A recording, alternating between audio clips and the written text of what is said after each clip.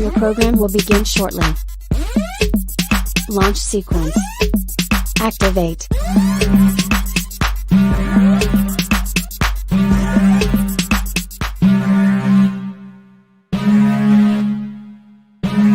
Warning, the following content is not politically correct. Viewer discretion is advised.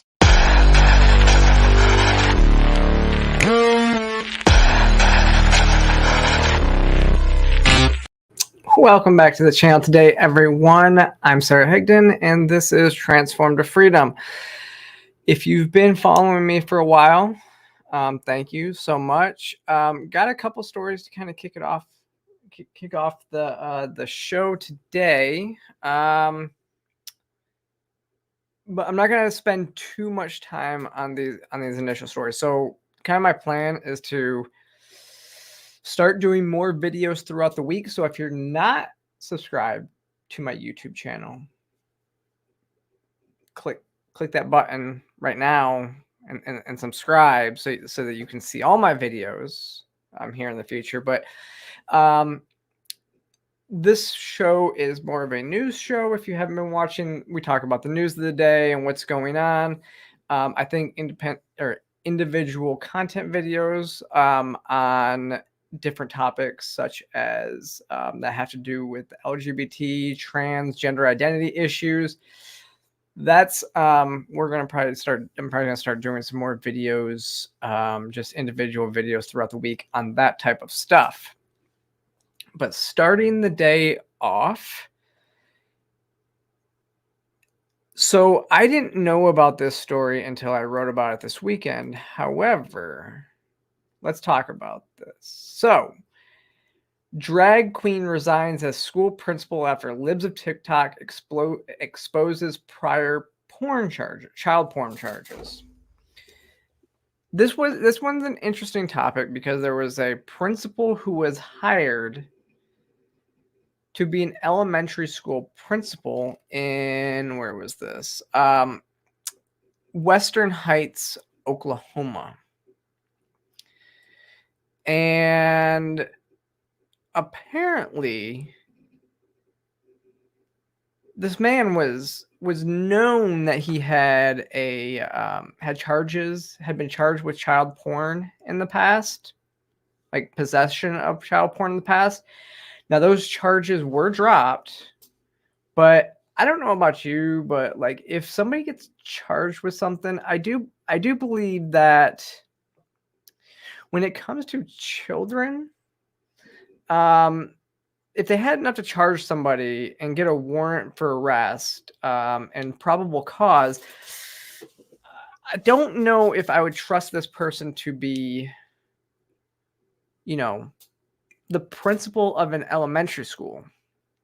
Like, we know that typically people who are of groomers, typical groomers, surround themselves with put themselves in jobs where close to their intended targets. And so if there was possession of child porn with this guy, I don't think he should ever be around kids in that capacity, right? It doesn't make a difference. Now, the libs of TikTok actually had exposed this. So this is the where is it? So this is the post, and it wasn't even just that this elementary school principal was a drag queen or whatnot. It was the possession of child porn, but also that they had they did drag queen story hours. So if you're a parent, if you're a parent and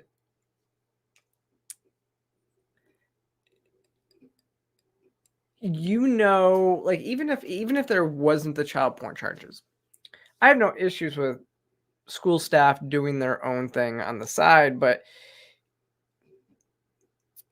even doing drag on the side is fine. But what do you think that your kids are going to learn in school if the principal themselves are doing stuff like drag queen story hours.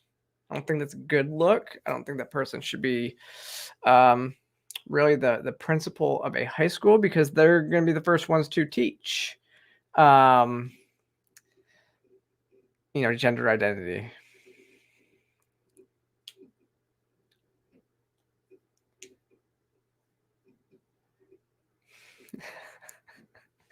John. Actually, how did you know I'm wearing a tank top underneath the flannel?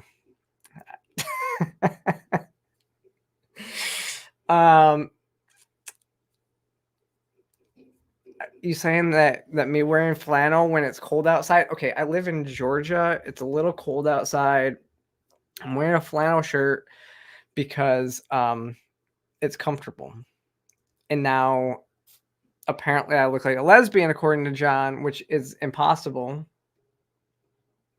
It's actually impossible for me to be a lesbian. So I'm just not going to talk about this, okay?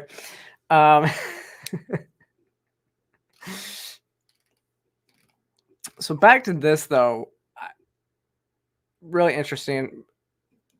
Thankfully, like I said, so actually, eventually, this week resigned amid the pressure. But it was like back in June, the school district superintendent actually wrote a letter to parents that said they hired him despite knowing of previous charges, saying that recently the district has been made aware of previous charges that were dismissed more than 20 years ago. This person has been serving the field of education for more than 25 years and has an outstanding reputation. I don't care 25 years or not. Sorry, I'm glad that this person actually resigned. This is, if there's no charges there, then they don't belong in jail. But to be honest, I don't think they belong as the principal of an elementary school. That's me. The next top story that I am not going to dive too deep into, though. So from the Free Press, another whistleblower has come forward who worked as a therapist, and I mean, you can see the headline. It says, "I was told to approve all teen gender transitions. I refused." She said she worked at a hospital and said all teenagers with gender dysphoria must be affirmed, and so she quit her job and blew the whistle. I mean, good for her. And obviously, this is you have to pay for this, which I'm reading it right now. I haven't dove too deep into what she saw when she was there, but I'm interested in it just from the title. I think it's a good thing when more health professionals, especially mental health professionals, are coming out and exposing what is happening in hospitals. And especially like this person, where she says that,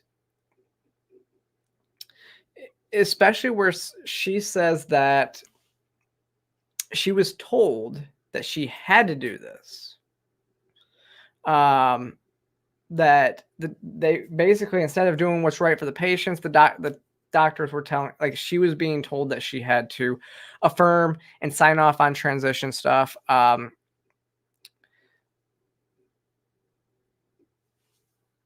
And let me see if there's much.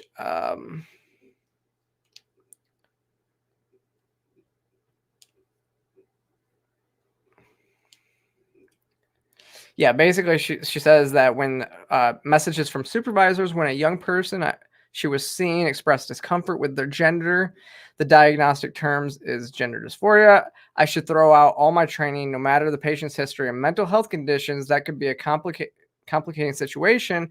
I should simply affirm the patient's transgender status. And this is what we've been kind of talking about for so long, is that the mental health industry is simply jumping to transition jumping to that this person's trans and must be affirmed and must be placed on puberty blockers and all this other stuff for these child, and ignoring the high rates of autism, the high rates of other mental health comorbidities that we're seeing with young people who are just coming out as trans, and jumping into this, and they're being affirmed, and now we're seeing detransitioners come out in droves. And so it's putting this hindrance back on the medical providers, and now they need to go back and show that this isn't working. It's only working for their bottom line. It's not actually working for their patients. And there are a lot of medical malpractice cases coming forward. Like I said, I'm reading this right now. I am looking to do a video on it this week. I'm also still planning on doing a video on Planned Parenthood and how they are evil because they are, well, let's just say they're talking sex ed in the terms of elementary school students. And so we're going to talk about that in this video. I will show you everything I have. I will expose that. And talking about the craziness that's going on across the country. This story is another one I'm probably going to do a deep dive in this week. In Montana, a family has lost custody of their teenage daughter who, because they expressed opposition to her gender transition.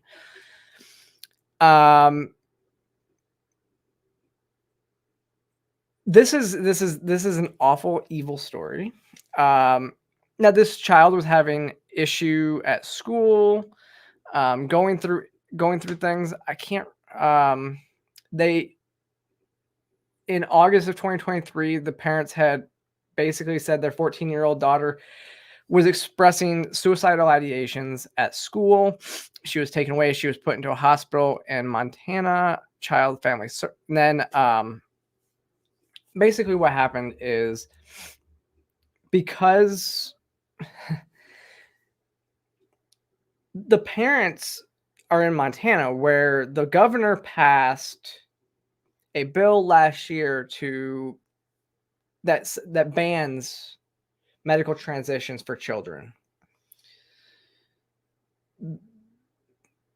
When the hospital took over this child's care for suicidal ideations, the parents said that they were kind of confused by it, and they weren't just going to automatically affirm. What's crazy is now the hospital is saying that the only place that can take care of this person is their daughter is in Wyoming, where medical transition is legal. And they were like, we're not allowing our child to go to Wyoming. They can get the care that they need here in this state. The reason why they want to send this child to Wyoming is so that they can medically transition them. What's really interesting is the governor of Wyoming, who signed the ban on medical transitions, has come out and said that it was right for the state CPS to take away this child and send them to Wyoming to then medically transition.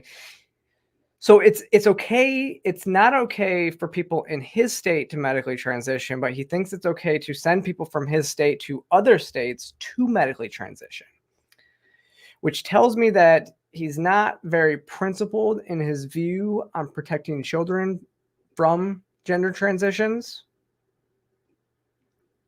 I don't know why. It's really, I mean, it's crazy because he's like, oh yeah, these children should be taken away from their parents because they're not providing care, when that care is actually illegal in his state. Tell me how that makes any sense. It doesn't. But we're going to, like I said, I'm still diving into this. We're going to probably do a deep dive video later on and making those connections. So stay tuned for that. And like I said, if you haven't already, subscribe to this channel, because there's going to be a whole lot more videos and everything like that coming out in the next week and a half. There's a lot of different stories, trans crazy stories, just craziness in the LGBT.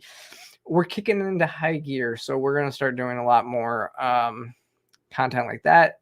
Yeah, we're going to kind of keep this mostly news like we generally have for a while. So kind of on to our first story, and it's kind of a lead off from last week. We're talking about, so if, again, you didn't see, so last week we were talking that after we went off air Monday night, the president did authorize strikes into Iraq and Syria. Didn't go into Iran, so didn't start World War III. But here's the issue. Again, our soldiers are there to be bait. I mean, to be clear, they are there as bait to basically say, if you attack our people, we're gonna put our people right on your border. But if you attack them, then you're attacking the United States, and that's just not it. Like, so here is the National Security Advisor. So, well, let's talk about the response. Talking about the response. So there's 3 actual videos where I want to play through. So. Because some have read the statement from a week ago by the group the Pentagon believes is responsible for the attack in Jordan as an indication that Iran does not want to escalate. There's also, of course, been the statements in recent days by the foreign minister, which could be directed at a domestic audience in Iran, no question. But how do you read their public communications? Does it send a message to you that they want to de-escalate, or what is your assessment? Look, our assessment is that actions are going to be important here, not words. Iran has a long history of saying one thing and then doing another. So we're going to watch for actions in the days and weeks ahead. And that will determine our response rather than anything that they try to publicly signal. For his part, President Biden has been clear. If you come at the United States, we'll respond. And that's what we did on Friday night. But he's also been clear that we are not looking for a wider war. We are not looking to escalate this conflict. And he has sent that message publicly through his remarks, and we have reinforced that. How Tehran chooses to proceed from here, obviously, will be up to them, but we will watch that carefully, and we're prepared to deal with whatever comes next. So, well, let's talk about the response, because... Okay. I'm sorry. Is Jordan in the United States? Like, is Jordan a U.S. territory and I just don't know it? Like, he says, if you come at the United States,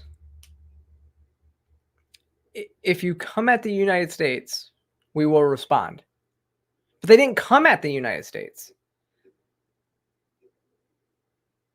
They attacked Jordan. They attacked our soldiers who are stationed in Jordan, which they have no place being.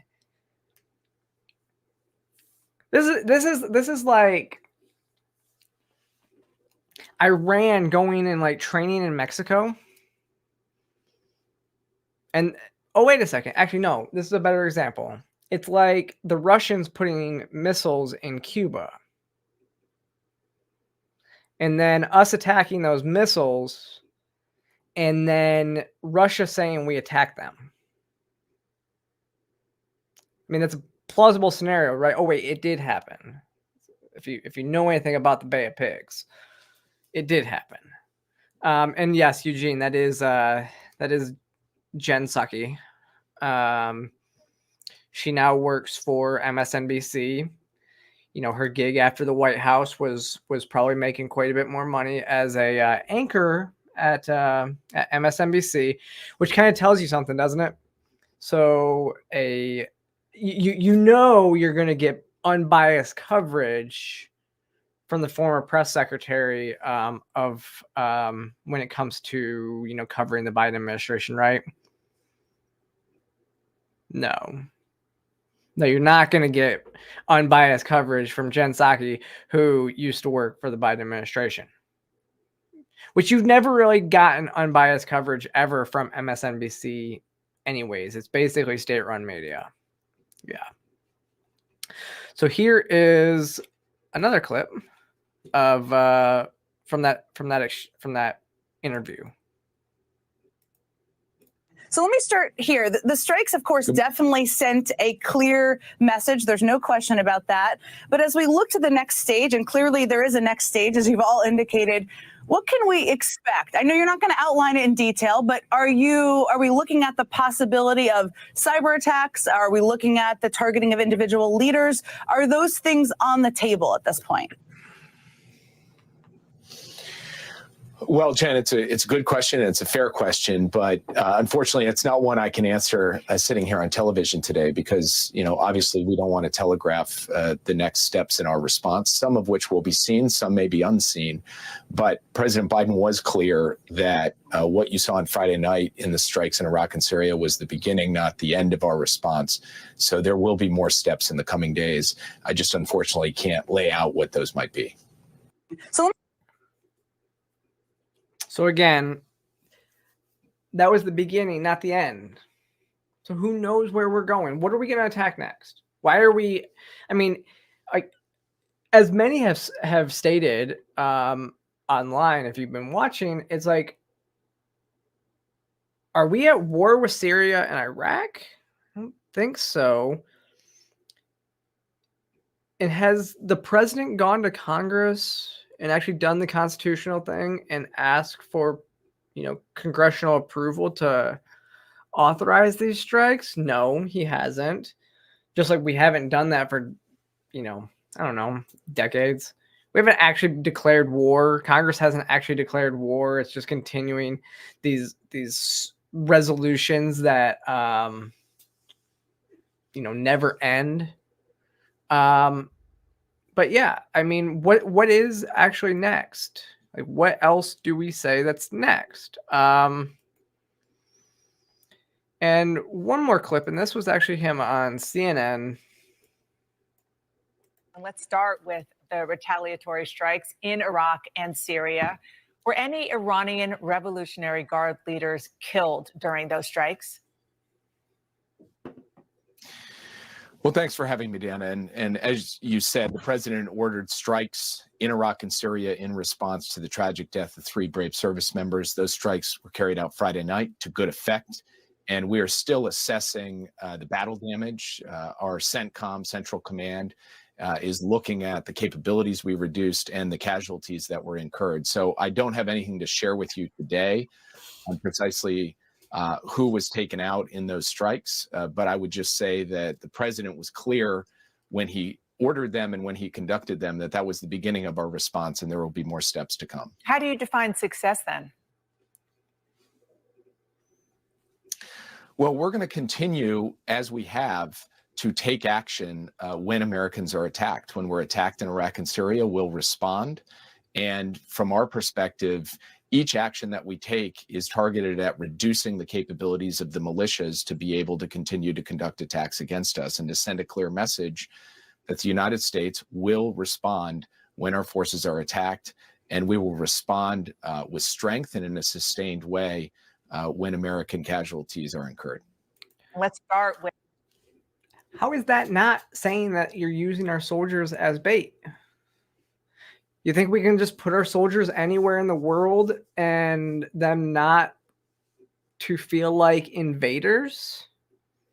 It's like me coming into your house and being like, hey, I'm going to sit down right here, just chill. And then you getting mad and punching me in the face and then being maybe me punching you back and being like, I told you, if you came at me, I was going to fight you. Like, that is the dumbest argument I've ever heard. You put soldiers in harm's way and then say, hey, we're just going to move our soldiers into your country. But if you hit us, we are going to hit you back.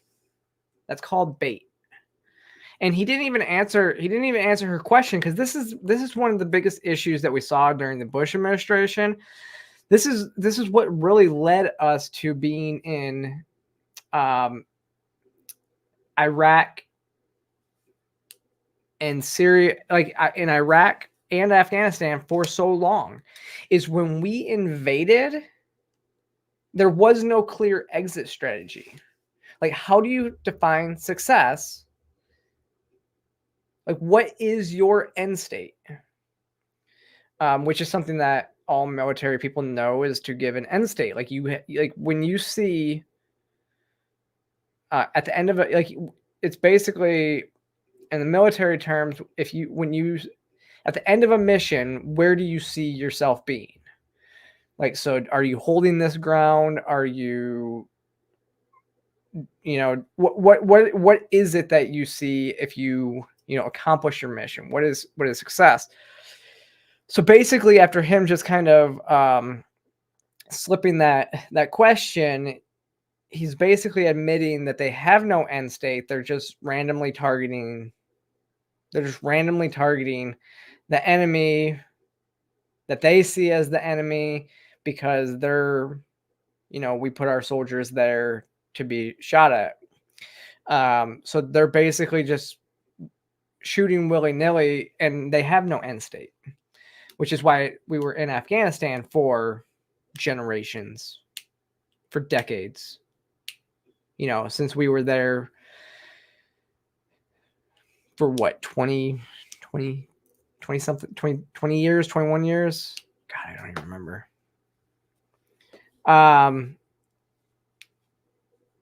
Yeah, no, Eugene, you're right. We do need our soldiers on the southern border, rather than being in the Middle East. I actually said yesterday, again, if you haven't followed me for that long, you will know that my views, I'm a minarchist, libertarian. I believe that the only legitimate reason to even have a federal government is to provide a standing military to protect our borders from invasion, not to send our troops anywhere around the world. But that is the only legitimate reason to have a federal government, to protect from invasion. And what we're seeing at our southern border is an absolute crisis. It's not, I have what would be what's more known as I probably have more, I'm not going to say liberal view on, I have I would say more of a liberty minded view of how to deal with the border crisis. But right now, nobody has the liberty minded view. It's either shut it completely down or let everybody through when it comes to both sides. And I'm not in either of those camps.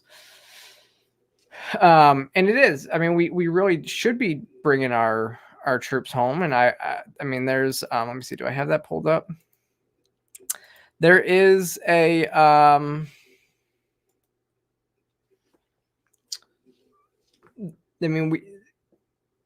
the amount of people that are coming across our southern border is astonishing. And I did have an immigration story that I was thinking about talking about tonight, but I tend to shy away a little bit on the border in this channel. I will talk about it in other contexts and everything like that, but on this show, I tend to stay away from that topic, just because I do have quite a nuanced view of it.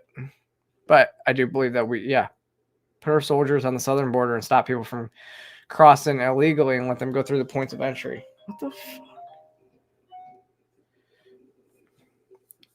fuck? But moving on from the invasion, as we talked about it too much, we talked about it a lot last week, we talked about it too much tonight.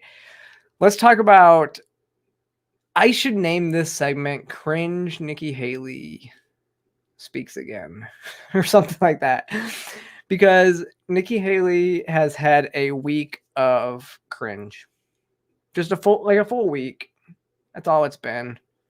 And I mean, we are moving on from possibly starting World War III to Nikki Haley, so it's kind of fitting because she is right up there with the Biden administration and wanting us to go full force at Iran because of this, at that targeting. So moving on to Nikki Haley. The first thing,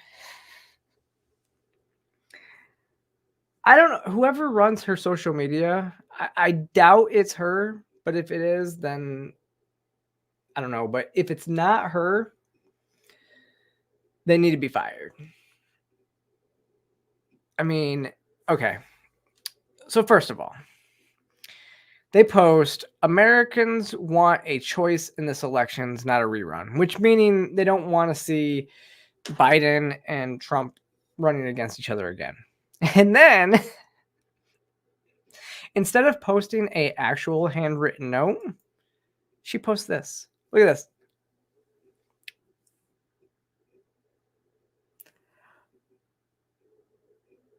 I've never seen somebody post a letter as if it's authentic that looks like this. This is clearly a computer generated letter that's supposed to look like a real letter. I doubt Mary A is a real person. It says, I want to encourage Nikki Haley to keep pressing on. We need competent and committed leaders to stay the course in the bid for presidency. I'm an independent and I have voted for the best candidate every election cycle, and this year it's Nikki, the best candidate. So they have voted for the best candidate. I mean, come on. One, I regret a lot of my past votes. Just saying. Yeah. Then this one kind of takes the cake, though. So Nikki Haley posted this message from Michael B, who says, please do not give up your fight. It's supposed to be an email to Nikki Haley, but it's not sent.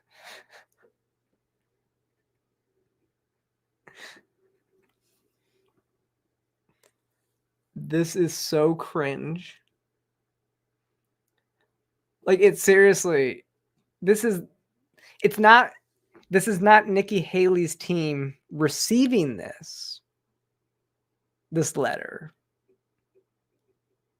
Like, this is like, if they were at least smart about this, they would have sent it from like an anonymous account and blurred out the from line and said, this is so-and-so emailing. This is an email that we got. And then they would have said this would be fine. But no, it's like her staff literally wrote out an email to her and then screenshotted it.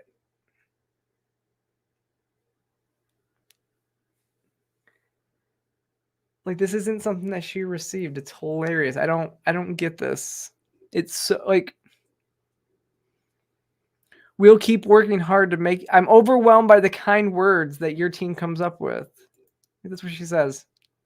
Like, we'll keep working hard to make you proud. But this isn't real. None of this is real. Like, you created this. It's easy to see. Actually, this is a pretty good response from Matt Walsh. I just received this fan mail today. Like, you typed it out.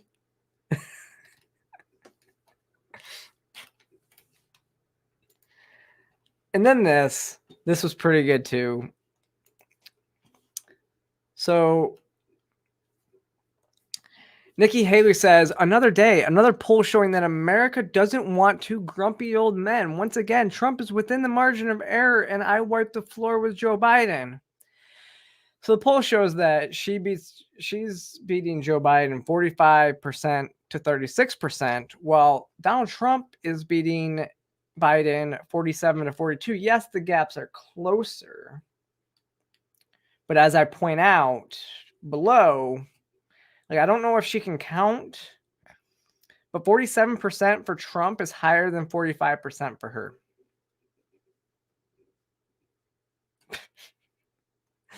Trump almost gets to 50% of the vote, where she is 2 points behind him. Like, this is not a good poll for her. It's a bad poll for Biden, but it's not a good poll for her. And it's really interesting. I guess they're saying that if Haley's in the race, then they'll go to. So what it's basically saying is a lot of never Trump people would actually vote. Are more. I mean, it does say that people are more afraid of Trump than they are of Haley, meaning that a third party is more viable. And honestly, I'd love to see where the third parties are in this matchup, because if Joe Biden's at 36%, then you have to think that, you know, somebody like RFK Jr. or something like that might be in the high 20s. I'm not sure, because the Libertarian Party doesn't have a candidate completely up yet, but I don't know where they would be. But it's like the third parties would actually be doing pretty well if they were all, you know, combined. So I don't know. But it's not a good poll. Like, I don't know if this is. I don't know how you can say that America doesn't want two grumpy old men, and when you're actually losing, like, this poll shows that you're losing to Trump in this poll. You lose to Trump in this poll. So if it was a three-way race between you, Trump, and Biden, Trump would win.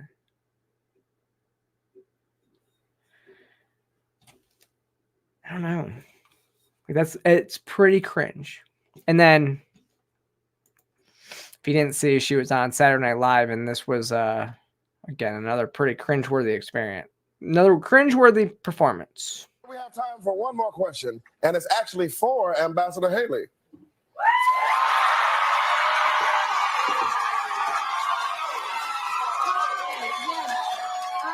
I was just curious, what would you say was the main cause of the Civil War? And do you think it starts with an S and ends with a lavery? Yep, I probably should have said that the first time. And live from New York, it's Saturday night. Oof. Oh,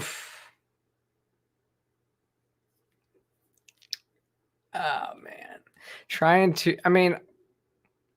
Going on Saturday Night Live, and I mean, that's cringe. And the whole thing, like the whole segment was pretty cringe. Haley's cringe. Her neocon views are cringe. All of that. Yeah. But now to the top story, which I see y'all are talking about in the chat, is Trump possibly, flipping New York. And he didn't even just say he might flip. He could possibly flip New York. He actually said that he might be able to flip the entire country, which is pretty interesting too, right? So he was asked about there's rumors he's going to hold campaign rallies in the South Bronx. And so he was asked about that. And he said, I think we're going to do that because he thinks that people are mad. And when we talk about immigration, that's what they're mad about. People in New York are not happy with immigration. And a lot of this is going to play into the immigration stuff. So let's listen to what he said on Fox News yesterday. The Republican Party under Trump has become a tremendous success. Are you going to be able to flip blue states like in New York and in New Jersey? There's a rumor you're going to do a rally in the South Bronx. I think so, yeah. I think I will do that. And when are you going to do that? I think I'll do one maybe at Madison Square Garden, too. I think we have a chance. New York has changed a lot in the last 2 years. We have migrants all over the street. They're living on Madison Avenue. I mean, nobody can believe what's happened to New York. The people of New York are angry. People that would have never voted for me because I'm a Republican. I mean, they're Democrats. Their parents would they vote for Democrats. I think they're going to vote for me. So I think we're going to give New York a heavy shot. They're very unhappy in New York, what's happening. And they're unhappy with the crime. You take a look at the crime in New York, it's at record levels. The other thing is, and very importantly, New Jersey. I think New Jersey can be flipped. I think that Virginia can be flipped. I think that New Mexico can be flipped. And I think Minnesota can be flipped. And I'm not even sure that everything can't be flipped. I mean, it's an interesting theory. I actually think he might be right on New York City. And because here's the thing. So again, coming out this week. So New York City Mayor Eric Adams has been raising the alarms and actually has been going against the Biden administration on immigration policy, right? But he's still saying that he supports Biden.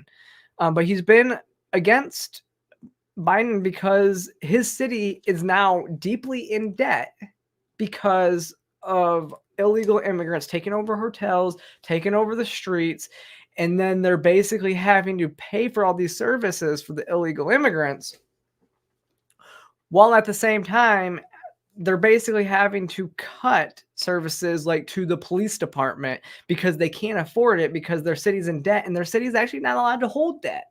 And so they need to get that under control. And so Eric Adams has been one of the biggest proponents against, what's happening at the border. But then at the same time, they've approved the city spending $53 million on prepaid food, like handout cards for illegal immigrants. Which this caused, and these are the reasons we are seeing a completely different demographic looking to Trump. Or at least floating the idea that, Trump is the answer. So this weekend, in response to New York City giving prepaid debit cards to illegals, rapper 50 Cent suggests that Trump was the answer. He literally, so if you read, he wrote on Instagram, he said, WTF, Mayor Adams, like in response to the New York, he posted the New York Times or the New York Post story about the $53 million program. And then he said, WTF, Mayor Adams, call my phone. I don't understand how this works. Somebody please explain. And then he said, Ari Melber can't explain this. I'm stuck. Maybe Trump's the answer. Maybe Trump is the answer. And just posting that on Instagram, maybe people are going to start being like, hey, maybe Trump is the answer. Maybe Trump is the answer. I don't know. This comes as last week, Snoop Dogg, who once held in a music video, did a mock assassination of Trump in a music video. Last week, he says, I got nothing but love and respect for Trump. He ain't done nothing wrong to me. He's done only great things to me for Trump. And this is one of the things that we saw last year, right? When a lot of people who had were starting to come out for Trump were saying that, they know what it's like to be unfairly targeted by this system. And so now Trump sees what they deal with. Also, the big thing with Snoop Dogg was that Trump pardoned co-founder or commuted co-founder of Death Row Records, Michael Harris's sentence in the last year of his presidency. What people also don't remember is Trump pardoned Alice P. Johnson, which I actually met Alice P. Johnson at Navette back in October, one of the sweetest ladies ever. And basically she told her story, and her story was that she was kind of the call center for drug dealers, right? So people would call her and then she would be like the operator and then just connect her with somebody to then send it. She was sentenced to life in prison with no other convictions. And this is, again, it's a non-violent crime. And she's sentenced to life in prison. And it was actually the work of Kim Kardashian that got her released from prison, that got Trump to pardon her. So he's done a lot. Like it's funny because now he's did a lot for people who were unfairly prosecuted by the system, which is now he's being unfairly targeted by the Department of Justice. So it's interesting. And then again, this weekend, we have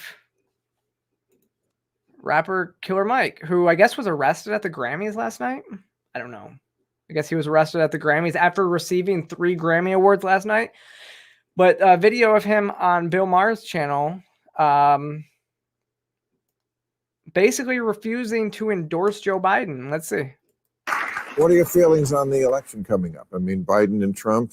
Are you just depressed about that as most people as a choice? My feeling is pick your policy, not your person. Find out. This is not the Dallas Cowboys versus your favorite team. This is the policies that will affect our generations for the next 20, 30, 40 years to come. So close your eyes, listen to the policies that are being pushed, and pay attention even to the people who don't have a chance of winning, because they're going to say policies you may want to push. And I would say do that, but make it policy based. So that means you're for. That means I'm for Black people and happy Black History Month. But you're not saying one candidate over the other? Hey man, my nigga, you ain't gonna get me in no trouble tonight. Hey,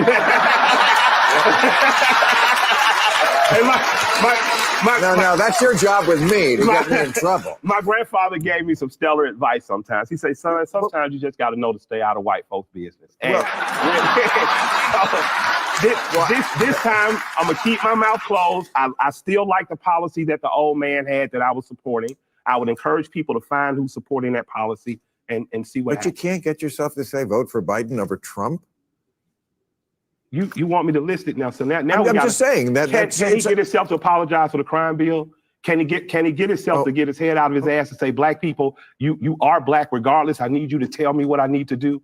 Can he pick a coalition of former people who are affected by drug laws, street gangs, recidivism and crime, and say, I need you as a board to advise me how to fix federal prisons? If he can do that, absolutely I can. So my challenge is out there. All right. So yeah, I mean, I agree with what he's saying. You know, vote based on the policies that you agree with, and don't worry about whether they have an R or a D next to their name. It's interesting Bill Maher is asking these questions though, because Bill Maher is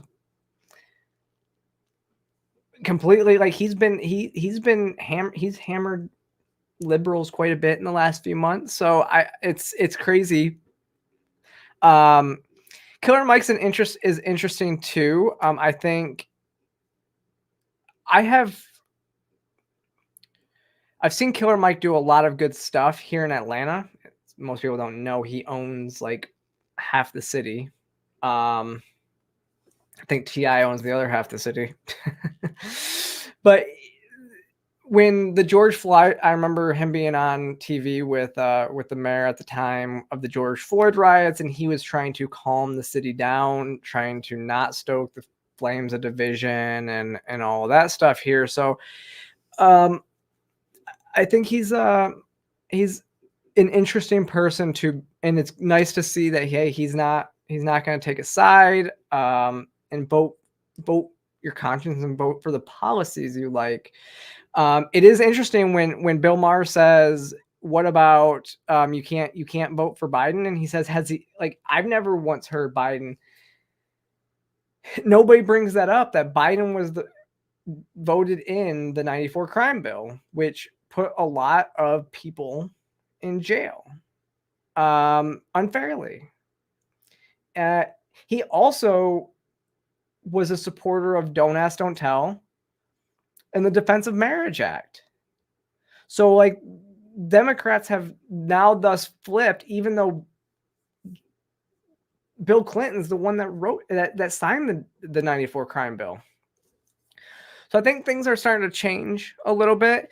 And it's not just people in the rap industry. Let me see if I can find this real quick, because it was recently too. Let me see, Michael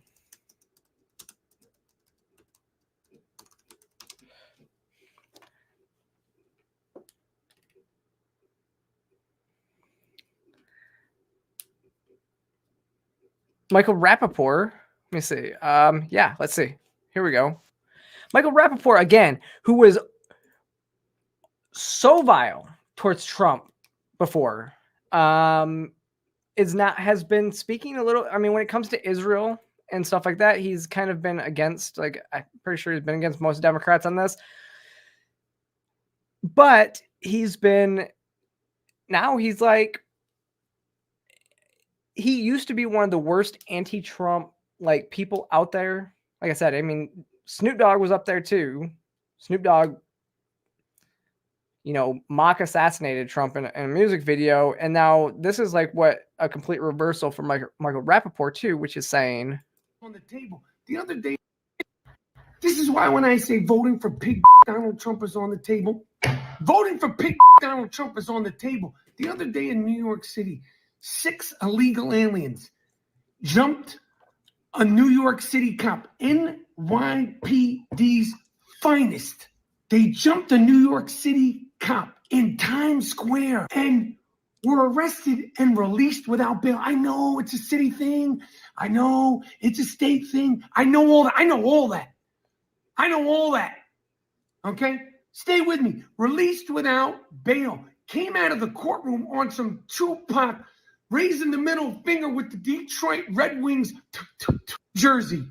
Let me tell you something. What the is the world coming to? If you could be from another country, beat up a cop in New York City and walk out with no bail, what the is the world coming to? What the is the world coming to? I know, Mayor Adams, you're from Brownsville, Brooklyn. I know this.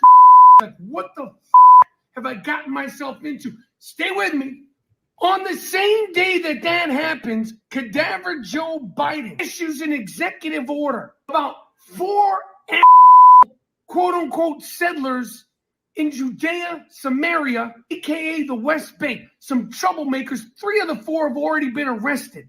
You issue an executive order about 4 troublemaking ups who've already been arrested in Judea, Samaria, while there's a war going on, while there's 100+ hostages still being held in Gaza. You're talking about that, but you got nothing to say about beating up cops in New York City, the greatest city on earth. Maybe it's not. Maybe my city is not the greatest city on earth anymore. If you could beat up cops, in the quote-unquote greatest city in the world and be released without bail, are we the greatest city on earth?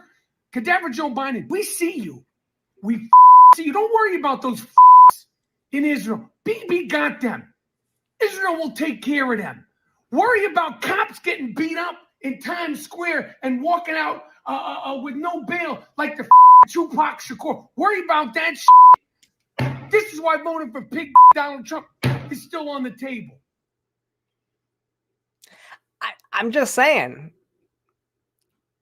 I'm sure these celebrities are not the only ones that feel the same way. I'm starting to think that Donald Trump can flip blue states. I think New York is on the table, especially with the backing of these anti-Trumpers that call him, names like that. And then now they're calling Joe Biden Cadaver Joe Biden, which is kind of hilarious.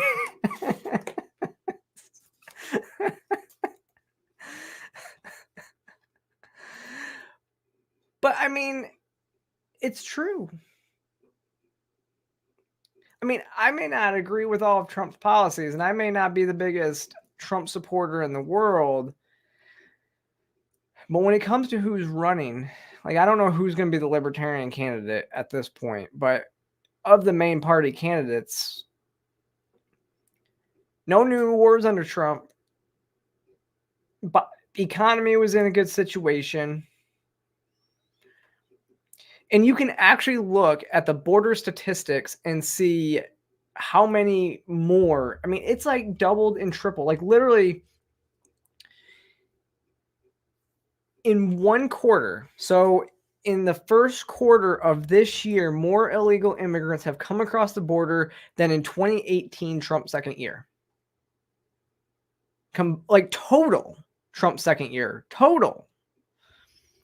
So when he's when he's talking about illegal immigrants beating up cops and walking out because Alvin Bragg, who's also was charging Donald Trump, right? Says it's fine and has no issue with them walking out of court. But then the illegal immigrant population is soaring in New York, and the police department's being depleted because they're taking all their resources. I think New York City, I don't know if New York City as a whole is going to flip, but if you ever watch New York as a whole, the state, it's traditionally pretty red other than New York City. If New York City shifts 5%, that could be it for New York. New York could flip like that. This is what we saw happen in Michigan not too long ago. Michigan was traditionally, I mean, they've just voted all blue this last election, but they voted for Donald Trump in 2016. I don't know. We're seeing crime rates start to increase here in Atlanta, but not for the same reasons. We don't know. Georgia's going to be a tough one. I don't know. I don't know what's going to happen here. But yeah, so I think that could happen. And if Trump wins, here we go. Here we go. Rona McDaniel could be, yeah, actually, honestly, AOC might be on the table. If they can get a Republican to run against AOC, think she's in South Brooklyn. Whew. You know, is she in South? I don't know exactly what her district is. I know people that live in Brooklyn. We will see. It's just individual districts are hard like that, especially congressional districts. I mean, if she won as a socialist, it's a very liberal district, just saying. But Trump wins, and now, I mean, here's what we're seeing.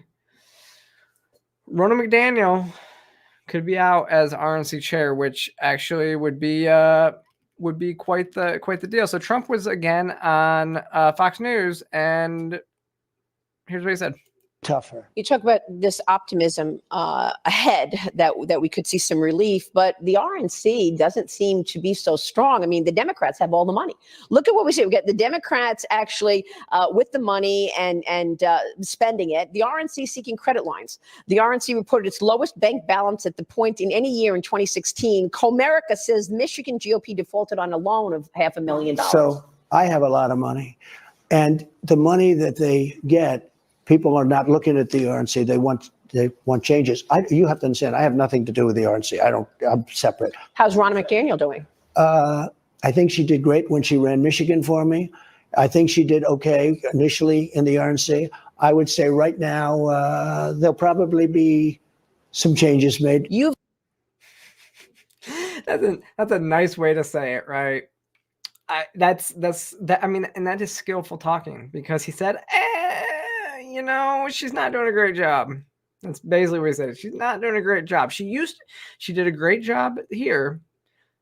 This is why I supported her then, because she did a great job for me in Michigan. And then she did an okay. She was doing okay.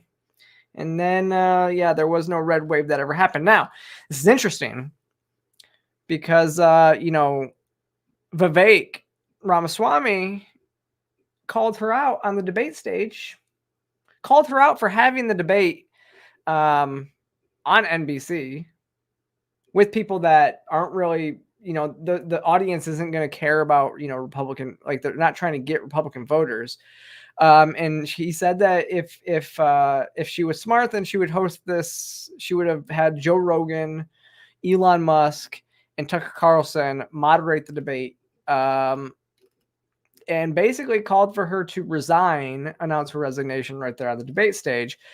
And now Vivek is close with the Trump campaign, and Trump is right though. He did say like he has nothing to do with the RNC. Like this is what's really weird about politics in general is the party in and of itself is not the candidates. Like the party runs and then the candidates are separate. Candidates run their own campaigns supported by the party.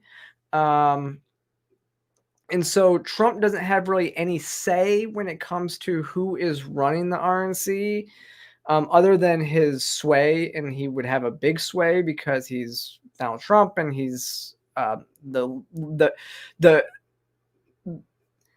part. It's funny because the party leader is not the leading candidate for the party, which is usually seen as the leader of the party by the people. So if you don't remember, this is what Vivek said at the debate. Swami, let me turn to you. Please make your case. Why should you be the nominee and not the former president? I think there's something deeper going on in the Republican Party here, and I am upset about what happened last night. We've become a party of losers at the end of the day. It was a cancer to the Republican establishment. Uh-oh. Let's speak the truth. I mean, since Ronna McDaniel took over as chairwoman of the RNC in 2017, we have lost 2018, 2020, 2022, no red wave that never came. We got trounced last night in 2023. And I think that we have to have accountability in our party. For that matter, Ron, if you want to come on stage tonight, you want to look the GOP voters in the eye and tell them you resign, I will yield my time to you. And frankly, look, the people there cheering for losing in the Republican Party. Think about who's moderating this debate. This should be Tucker Carlson, Joe Rogan, and Elon Musk. We'd have 10 times the viewership, asking questions that GOP primary voters actually care about and bringing more people into our party. Do you think the Democrats, and we've got Kristen Welker here, do you think the Democrats would actually hire Greg Gutfeld to host a Democratic debate? They wouldn't do it. And so the fact of the matter is, I mean, Kristen, I'm going to use this time because this is actually about you in the media and the corrupt media establishment. Ask you, the Trump-Russia collusion hoax that you pushed on this network for years, was that real or was that Hillary Clinton made up disinformation? Answer the question. Go. Mr. Ross. Sorry. This is how we get our country back. We need accountability because this media rigged the 2016 election. They rigged the 2020 election with the Hunter Biden laptop story. Mr. Ramaswamy, and they're going to rig this election. Your time is up. Accountability. Let me turn to Governor Christie. Why you?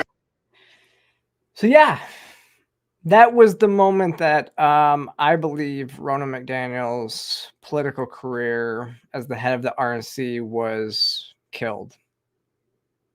I mean, we witnessed a murder at that point. She's done. And now you have Trump saying there's probably going to be a change. She's done. She's done. But with that, y'all, I am going to, that is all we have for tonight. Like I said, I am going to I got some videos we're going to come out with throughout the week. I also may have some other surprises up my sleeve here in the future. So stay tuned. If you haven't already, click that like and subscribe button. Follow me across all social media platforms. And I'll see you next time.